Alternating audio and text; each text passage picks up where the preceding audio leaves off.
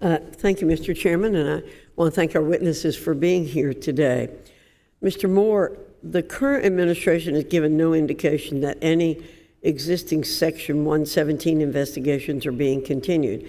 In fact, in August 2022, the American Council on Education wrote a thank you letter to the Department of Education for its, quote, plans to close, end quote, all investigations.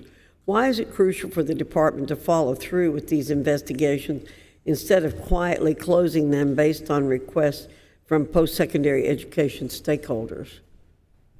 Thank you, Chairwoman. I think it's very important that closure of any investigation be fact-based. I was rather shocked to see the Vice President of ACE announce last August in that thank you letter that he had been told by department officials that every investigation was going to be closed and that responsibility for Section 117 investigations would be transferred to FSA. And if the department actually closes them, all the investigations in kind of one fell swoop without doing it in a fact-based way, I don't understand that. It seems like merit has been tossed out the window other than let's get rid of these. Thank you. Mr. Moore, the Biden administration nearly finished its plan to transfer enforcement of Section 117 away from the Office of General Counsel and into the Office of Federal Student Aid, FSA.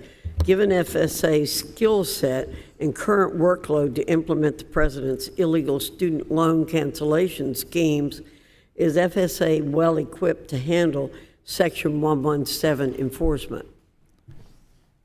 Congresswoman, I don't believe that they're equipped at all to handle Section 117 enforcement, especially with if everything was running smoothly with Section 117 and there wasn't a history going back many years of massive violations and lack of compliance, then maybe it would be something to say, okay, this can go on autopilot to a less aggressive component of the department.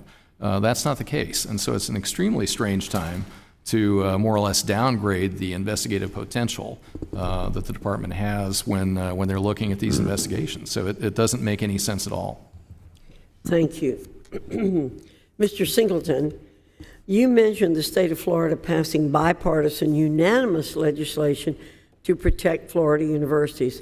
I also understand many Florida universities publicly supported that bill.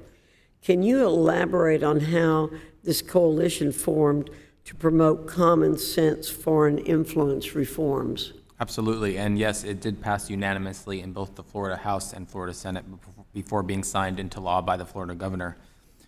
It really was a whole of society approach. There was collaborative debate between universities, administrators, investigators from the Florida Board of Governors. And what the law does is it prohibits state universities, their employees and representatives from soliciting or accepting grants from entities located in China, Russia, Iran, North Korea, Venezuela, and I believe Cuba. And it also mandates that state universities obtain approval from the Board of Governors before entering into contracts or partnerships with entities located in these countries of concern. They have to demonstrate that there is value to students and that the agreements don't pose risks to the research enterprise. And the third part is that the state Board of Governors is now authorized to withhold performance funding for any university or college that has not met these requirements or elects to enter into an unauthorized agreement or partnership with a country of concern. And so there's both a carrot and stick approach. But at the end of the day, university administrators, community stakeholders, and members of the Florida legislature all came together and passed this unanimously. I'm glad to know that there are such enlightened people in the colleges and universities there in Florida, and that they saw the wisdom in coming together in this.